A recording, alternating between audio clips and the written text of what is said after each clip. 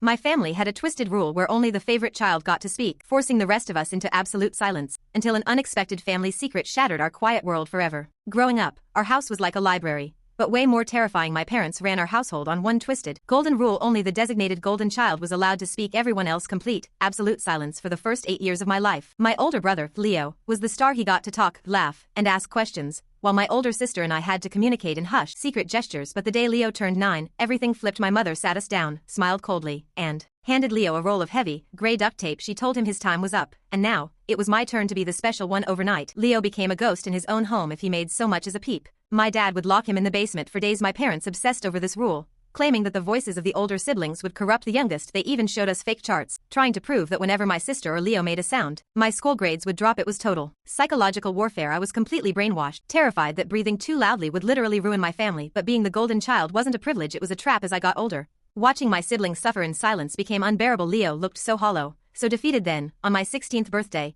everything reached a boiling point. We were sitting at the dinner table, eating in that eerie, suffocating quiet. Leo accidentally dropped his fork. It made a loud, sharp clatter against the porcelain. My dad stood up, his face turning bright red with rage, and grabbed Leo by the arm, ready to drag him downstairs. Something inside me just snapped. I slammed my hands on the table and yelled, "Stop it." The word echoed like a gunshot. My mother instantly burst into tears, clutching her chest, screaming that my voice was poisoning the house. My dad looked at me with pure, unadulterated hatred. They dragged me down to the basement instead, locking me in the dark, soundproof room. I sat there for hours, crying silently, completely convinced that I was a monster. I thought I had broken my family forever. But around midnight the door clicked open. It wasn't my parents, it was Leo. He didn't say a word. He just handed me an old, dusty camcorder and a pair of headphones. I pressed play. On the screen was a video from 15 years ago, before any of us were born. It showed my parents, young and laughing, being interviewed by a local news station about a bizarre, experimental parenting cult they had joined. Then, the camera panned over to Leo's face. He looked straight into my eyes, and for the first time in 7 years he broke the rule. In a rusty, cracked whisper, he said, "It is all a lie. That video was the proof we needed." Leo had been secretly recording their abuse for months, waiting for the right moment. The next morning,